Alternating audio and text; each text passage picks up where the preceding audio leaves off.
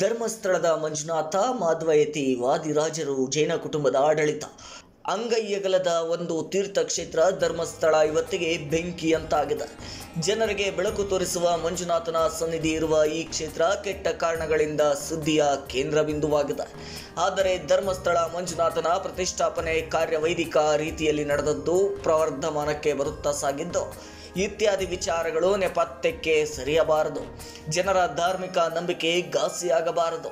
ಈ ಹಿನ್ನೆಲೆಯಲ್ಲಿ ನೋಡಿದಾಗ ಧರ್ಮಸ್ಥಳ ಎಂಬ ಈ ಹೆಸರು ಕಿವಿಗೆ ಬಿದ್ದೊಡನೆ ಮಹಾನ್ ಯತಿಗಳಾದ ವಾದಿರಾಜರ ನೆನಪಾಗುತ್ತದೆ. ಕುಡುಮ ಎಂಬ ಹೆಸರಿನಿಂದ ಕರೆಯುತ್ತಿದ್ದ ಕ್ಷೇತ್ರವನ್ನ ಅಲ್ಲಿನ ಸಾನ್ನಿಧ್ಯ, ಅಲ್ಲಿ ಆಗುತ್ತಿದ್ದ ಧರ್ಮ ಕಾರ್ಯಗಳು ಇತ್ಯಾದಿಗಳೊಂದಿಗೆ ಅದಕ್ಕೆ ಧರ್ಮಸ್ಥಳ ಎಂಬ ಹೆಸರು ನೀಡಿದವರು ಯತಿಗಳಾಗಿದ್ದ ವಾದಿರಾಜರು. ಧರ್ಮಸ್ಥಳ ಮಂಜುನಾಥನಿಗೂ ವಾದಿರಾಜರಿಗೂ ಏನು ಸಂಬಂಧ? ವಾದಿರಾಜರ ಪರ್ಯಟನಾ ಕಾಲದಲ್ಲಿ ನೇತ್ರಾವತಿ ಸಿಕ್ಕಿದ್ದಳು. ವರಹಾದೇವರ ನೇತ್ರದಿಂದ ಉಗಮವಾದ ಆನಂದಾಶ್ರುವೇ ನೇತ್ರಾವತಿ ಎಂದು ತೀರ್ಥ ಪ್ರಬಂಧಗಳಲ್ಲಿ ಯತಿಗಳೇ ವರ್ಣಿಸಿದ್ದಾರೆ. ಆಗ ಧರ್ಮಸ್ಥಳದಲ್ಲೊಂದು ಶೈವ ವೈಷ್ಣವ ಕಲಹ ನಡೆಯಿತು. ಅನೇಕ ಶೈವರು ವೈಷ್ಣವರು ಹತರಾದದ್ದೇ ನೇತ್ರಾವತಿ ನದಿಯ ತೀರದಲ್ಲಿ. ವಾದಿರಾಜರ ಜೊತೆಗೆ ಭಾವಿ ರುದ್ರದೇವರಾದ ಭೂತರಾಜರು ನಾಸ್ತಿಕ ಬ್ರಾಹ್ಮಣ ನಾರಾಯಣ ಭಟ್ಟನಾಗಿ ಯತಿಗಳ ಸೇವೆ ಮಾಡುತ್ತಿದ್ದರು, ಕೈಂಕರ್ಯ ಮಾಡುತ್ತಿದ್ದರು. ಧರ್ಮಸ್ಥಳಕ್ಕೆ ಬಂದು ಶಿವನ ಪಾರ್ಶ್ವಗಣವಾಗಿ ನಿಂತರು ಯತಿಗಳು. ಈ ಧರ್ಮಸ್ಥಳದಲ್ಲಿ ರುದ್ರರೂಪಿ ಭಗವಂತನನ್ನ ಪುನಃ ಪ್ರತಿಷ್ಠಾನೆ ಮಾಡಿದರು. ಆಗ ಪಾರುಪತ್ತೆಗಾರರಾಗಿ ಇದ್ದವರು ಜೈನ ಸಮಾಜದ ಹೆಗ್ಗಡೆ ಮನೆತನದವರು. ಇಂದಿಗೂ ಅದೇ ಮನೆತನ ಮುಂದುವರೆದಿದೆ. ಕದ್ರಿ ದೇವಸ್ಥಾನದಿಂದ ಶಿವಲಿಂಗವನ್ನ ತರಿಸಿ ಧರ್ಮಸ್ಥಳದಲ್ಲಿ ಕಲಹಗಳಿಂದ ಭಗ್ನವಾದ ಶಿವಲಿಂಗವನ್ನ ವಿಸರ್ಜಿಸಿ ನೂತನ ಶಿವಲಿಂಗವನ್ನ ಪ್ರತಿಷ್ಠಾನೆ ಮಾಡಿದ್ದು ಇತಿಹಾಸದ ಉಲ್ಲೇಖ. ಈಗಲೂ ಭೂತರಾಜರ ಗುಡಿಯನ್ನ ಧರ್ಮಸ್ಥಳದಲ್ಲಿ ಕಾಣಬಹುದಾಗಿದೆ. ಆ ಕಾಲದಲ್ಲಿ ಈ ಕುಡುಮ ಎಂಬ ಸ್ಥಳವು ಆನಂತರ ವಾದಿರಾಜರ ಹೆಸರು ಸೂಚಿಸಿ ಮುಂದೆ ಧರ್ಮಸ್ಥಳವಾಗಿ ನಂಬಿದ ಭಕ್ತರಿಗೆ ಅನುಗ್ರಹವನ್ನ ನೀಡುತ್ತಾ ಬಂದಿದೆ.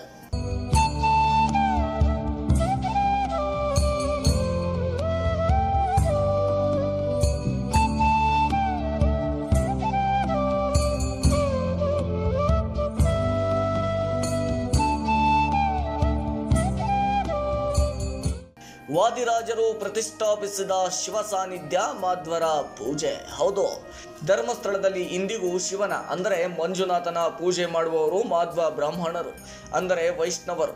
ಪುನಃ ಪ್ರತಿಷ್ಠಾಪನೆ ಮಾಡಿದ ವಾದಿರಾಜರು ಮಾಧ್ವಾಯತಿಗಳು. ಈಗ ಧರ್ಮಸ್ಥಳದ ಮಂಜುನಾಥನ ಸೇವೆಯನ್ನ ಪಂಜುರ್ಲಿ ದೈವ ಮಾಡುತ್ತದೆ. ಈಗ ಇದನ್ನ ಅಣ್ಣಪ್ಪ ಪಂಜುರ್ಲಿ ಎಂದು ಕರೆಯುತ್ತಾರೆ. ಇಲ್ಲಿ ಇರುವಂತಹ ಮಂಜುನಾಥ ಸ್ಕಂದ ಪುರಾಣದ ದೇವರು ಹತ್ತಿರದಲ್ಲೇ ಸುಬ್ರಹ್ಮಣ್ಯ ಇರುವುದರಿಂದ ಇದು ಪೌರಾಣಿಕ ದೇವ ಸಾನ್ನಿಧ್ಯ. ಗುರುರಾಜ ಭಟ್ಟರ ಸಂಶೋಧನೆಯಲ್ಲಿ ಇದನ್ನ ಉಲ್ಲೇಖಿಸಲಾಗಿದೆ. ಅದರಂತೆ ಇವರು ಕ್ರಿಸ್ತಶಕ 10ನೇ ಶತಮಾನ ಅಂತ ತಿಳಿಸಿದ್ದಾರೆ. ವಾದಿರಾಜರು ಧರ್ಮಸ್ಥಳಕ್ಕೆ ಬಂದಾಗ ಅಲ್ಲಿ ದೇವಾಲಯದ ಆಡಳಿತವು ಜೈನರ ಕೈಲಿತ್ತು. ಈ ಹೆಗ್ಗಡೆ ಮನೆತನಕ್ಕೂ ಅಷ್ಟು ವರ್ಷಗಳ ಇತಿಹಾಸ ಇದೆ. ಧರ್ಮಸ್ಥಳದ ವೆಬ್ಸೈಟ್ನಲ್ಲಿ ಸ್ಥಳ ಇತಿಹಾಸ ಹೀಗಿರುವಂಥದ್ದು.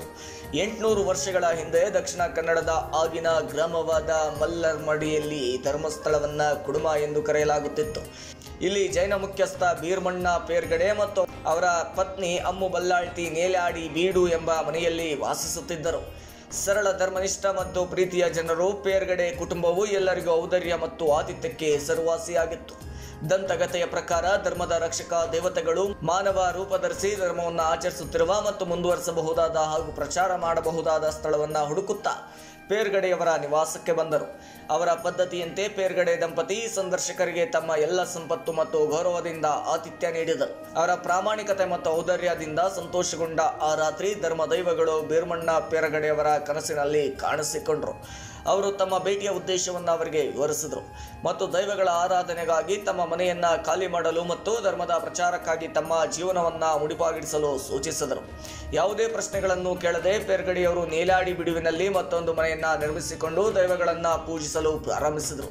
ಇದು ಇಂದಿಗೂ ಮುಂದುವರೆದಿದೆ. ಅವರು ತಮ್ಮ ಪೂಜೆ ಮತ್ತು ಆತಿಥ್ಯ ಪದ್ಧತಿಯನ್ನ ಮುಂದುವರಿಸುತ್ತಿದ್ದಂತೆ ಧರ್ಮ ದೈವಗಳು ಮತ್ತೆ ಬೀರ್ಮಣ್ಣ ಪೇರ್ಗಡೆಯವರ ಮುಂದೆ ಕಾಣಿಸಿಕೊಂಡರು. ಕಲರಾಹು, ಕಲರ್ಕೈ, ಕುಮಾರಸ್ವಾಮಿ ಮತ್ತು ಕನ್ಯಾಕುಮಾರಿ ಎಂಬ 4 ಧರ್ಮ ದೈವಗಳಿಗೆ ಮೀಸಲಾದ ಪ್ರತ್ಯೇಕ ದೇವಾಲಯಗಳನ್ನು ನಿರ್ಮಿಸಲು ಸೂಚಿಸಿದರು. ಅಲ್ಲದೆ ದೈವಗಳ ದೇವತಾ ಶಾಸ್ತ್ರಜ್ಞರಾಗಿ ಕಾರ್ಯನಿರ್ವಹಿಸಲು 2 ಉದಾತ್ತ ವ್ಯಕ್ತಿಗಳನ್ನು ಮತ್ತು ದೇವಾಲಯಗಳ ಕಾರ್ಯನಿರ್ವಾಹಕ ಮುಖ್ಯಸ್ಥರಾಗಿ ಪೇರ್ಗಡೆಯವರಿಗೆ ಸಹಾಯ ಮಾಡಲು 4 ಯೋಗ್ಯ ವ್ಯಕ್ತಿಗಳನ್ನು ಆಯ್ಕೆ ಮಾಡಲು ಸೂಚಿಸಲಾಯಿತು.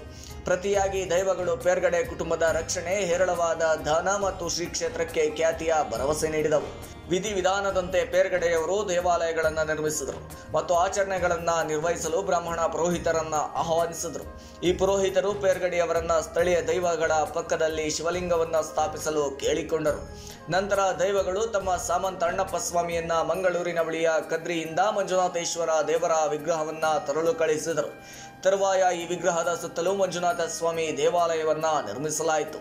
16ನೇ ಶತಮಾನದ ಸುಮಾರಿಗೆ ದೇವರಾಜ ಹೆಗಡೆಯವರು ಉಡುಪಿಯ ಯತಿಗಳಾದ ವಾದಿರಾಜರನ್ನು ದೇವಾಲಯಕ್ಕೆ ಭೇಟಿ ನೀಡಲು ಆಹ್ವಾನಿಸಿದರು. ಸ್ವಾಮೀಜಿ ಸಂತೋಷದಿಂದ ಬಂದರು. ಆದರೆ ಮಂಜುನಾಥ ದೇವರ ವಿಗ್ರಹವನ್ನ ವೈದಿಕ ವಿಧಿಗಳ ಪ್ರಕಾರ ಪ್ರತಿಷ್ಠಾಪಿಸದ ಕಾರಣ ಭಿಕ್ಷೆ ಸ್ವೀಕರಿಸಲು ನಿರಾಕರಿಸಿದರು. ಆನಂತರ ಹೆಗ್ಗಡೆಯವರು ಶಿವಲಿಂಗವನ್ನ ಸ್ವತಃ ಪ್ರತಿಷ್ಠಾಪಿಸುವಂತೆ ಸ್ವಾಮೀಜಿಯನ್ನ ವಿನಂತಿಸಿದರು. ವೈದಿಕ ವಿಧಿಗಳ ಆಚರಣೆ ಮತ್ತು ಹೆಗ್ಗಡೆಯವರು ಎಲ್ಲರಿಗೂ ದಾನ ಮಾಡುವುದರಿಂದ ಸಂತೋಷಗೊಂಡ ಸ್ವಾಮೀಜಿಯವರು ಈ ಸ್ಥಳಕ್ಕೆ ಧರ್ಮ ಮತ್ತು ದಾನದ ವಾಸಸ್ಥಾನ ಎಂಬುದಾಗಿ ಧರ್ಮಸ್ಥಳ ಎಂದು ಹೆಸರಿಸಿದರು. ಹೀಗಾಗಿ 800 ವರ್ಷಗಳ ಹಿಂದೆ ಸ್ಥಾಪಿಸಿದ ದಾನ ಮತ್ತು ಧಾರ್ಮಿಕ ಸಹಿಷ್ಣುತೆಯ ಬೇರುಗಳನ್ನು ಹೆಗ್ಗಡೆ ಕುಟುಂಬದ 21 ತಲೆಮಾರುಗಳು ಘೋಷಿಸಿ ಬಲಪಡಿಸಿದೆ ಎಂಬುದು ಪೇರ್ಗಡೆಯಿಂದ ಬಂದಿರುವಂಥದ್ದು. ಒಂದು ದೇವಾಲಯದ ಸಾನ್ನಿಧ್ಯವು ಅಲ್ಲಿನ ಪ್ರತಿಷ್ಠಾಪನೆ, ಪೂಜಾ ಕೈಂಕರ್ಯ ವಿಧಾನ, ಆ ಪ್ರತಿಷ್ಠಾಪನೆಯ ವೇಳೆ ಅನುಸರಿಸಿದ ವಿಧಿವತ್ತಾದ ಕ್ರಮ ಮತ್ತು ಯಾರು ಪ್ರತಿಷ್ಠಾಪನೆ ಮಾಡಿದರು ಎಂಬಿತ್ಯಾದಿ ವಿಚಾರಗಳ ಮೇಲೆಯೂ ಅವಲಂಬಿಸಿರುತ್ತದೆ. ವಾದಿರಾಜರ ಜನ್ಮಸ್ಥಳ ಕುಂದಾಪುರದ ಹೂವಿನಕೆರೆ. ಹೌದು, ಮತ್ತೆ ವಾದಿರಾಜರ ಬಗೆಗಿನ ವಿವರಕ್ಕೆ ಬರುವುದಾದರೆ ವಾದಿರಾಜರ ಕಾಲ ಕ್ರಿಸ್ತಶಕ 1480ರಿಂದ 1600ನೇ ಇಸ್ವಿ ಎಂದು ಇತಿಹಾಸ ಹೇಳುತ್ತದೆ. ವಾದಿರಾಜರ ಜನ್ಮಸ್ಥಳ ಉಡುಪಿ ಜಿಲ್ಲೆಯ ಕುಂದಾಪುರ ತಾಲೂಕಿನ ಹೂವಿನಕೆರೆ. ಅವರ ಪೂರ್ವಾಶ್ರಮದ ತಂದೆ ಹೆಸರು ರಾಮಾಚಾರ್ಯ, ತಾಯಿ ಸರಸ್ವತಿ ದೇವಿ. ಸನ್ಯಾಸ ಸ್ವೀಕರಿಸುವ ಮುಂಚಿನ ವಾದಿರಾಜರ ಹೆಸರು ಭುವಾರಾಹ. ರುಕ್ಮಿಣೀಶಾ ವಿಜಯ ಎಂಬ ಮೇರುಕೃತಿ, ಅನೇಕ ಕೃತಿಗಳನ್ನು ಲೋಕಾರ್ಪಣೆ ಮಾಡಿದಂಥವರು ವಾದಿರಾಜರು. ಇವುಗಳಲ್ಲಿ ರುಕ್ಮಿಣೀಶಾ ವಿಜಯ ಬಹಳ ಖ್ಯಾತಿ ಹೊಂದಿದೆ. ಮಡಿವಂತಿಕೆಯ ಆ ಕಾಲದಲ್ಲಿ ಮಡಿ ಎಂದರೇನು ಎಂಬುದನ್ನು ಕನಕದಾಸರ ಸಖ್ಯ ಪಡೆದು ತೋರಿಸಿದವರು ಈ ಯತಿಗಳು. ಎಲ್ಲೂ ಆಶ್ರಯ ನೀಡದ ಕನಕನಿಗೆ ಆಶ್ರಯ ನೀಡಿ ಕನಕದಾಸರ ಸಾಹಿತ್ಯಾಸಕ್ತಿಗೆ ಅಮೃತವನ್ನಿತ್ತವರು. ಕನಕನಿಗೆ ಶ್ರೀಕೃಷ್ಣನ ನಿತ್ಯ ದರ್ಶನಕ್ಕಾಗಿ ಪ್ರಸಾದಕ್ಕಾಗಿ ವ್ಯವಸ್ಥೆ ಮಾಡಿಸಿದ್ದರು. ಇಷ್ಟೇ ಅಲ್ಲ, ಉತ್ತಮ ಆಡಳಿತಗಾರರು, ಶಾಸನಕಾರರು ಆದಂಥ ವಾಣಿರಾಜ ಸ್ವಾಮಿಗಳನ್ನ ಬಣ್ಣಿಸಲು ಅಸಾಧ್ಯ. ಜಾತಿಗಳನ್ನ ಮೀರಿದ ಯತಿವರ್ಯ. ದೇಶದಾದ್ಯಂತ ಪರ್ಯಟನೆ ಮಾಡಿ ಸಕಲ ತೀರ್ಥ ನದಿಗಳ ಮಹತ್ವಸಿದ ಯತಿವರಣ್ಯರಾಧ್ಯ ವಾದಿರಾಜರು. ತೀರ್ಥ ಪ್ರಬಂಧ ಎಂಬುದು ಅತ್ಯುತ್ತಮವಾದ ಕೊಡುಗೆ. ಕನ್ನಡದಲ್ಲಿ ಗಜೇಂದ್ರ ಮೋಕ್ಷವನ್ನ ತುಂಬಾ ಸೊಗಸಾಗಿ ರಚಿಸಿದ್ದಾರೆ ವಾದಿರಾಜರು.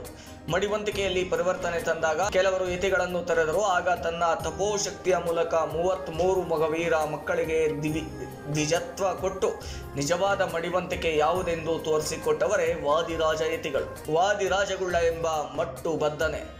ಇನ್ನು ಆಸಕ್ತಿಕರ ಸಂಗತಿ ಏನೆಂದರೆ, ಮಟ್ಟುಗುಳ್ಳ ಅಥವಾ ವಾದಿರಾಜಗುಳ್ಳ ಎಂದು ಕರೆಯುವ ಒಂದು ವಿಶಿಷ್ಟ ಬದನೆಕಾಯಿ ಉಡುಪಿ ಜಿಲ್ಲೆಯ ಮಟ್ಟು ಗ್ರಾಮದಲ್ಲಿ ಬೆಳೆಯಲಾಗುತ್ತದೆ. ಇದು ಸ್ಥಳೀಯವಾಗಿ ಪ್ರಸಿದ್ಧವಾಗಿದ್ದು ಯತಿಗಳಾದ ವಾದಿರಾಜರೊಂದಿಗೆ ಸಂಬಂಧ ಹೊಂದಿರುವ ದಂತಕಥೆ ಇದೆ. ಮುಟ್ಟುಗುಳ್ಳ ಹಸಿರು ಬಣ್ಣದ ಗೋಳುಕಾರದ ಬದನೆಕಾಯಿ. ಇದು ಆಯಾ ಋತುವಿನಲ್ಲಿ ಮಾತ್ರ ಬೆಳೆಯುತ್ತದೆ ಮತ್ತು ವಿಶಿಷ್ಟ ರುಚಿಯನ್ನು ಹೊಂದಿದೆ.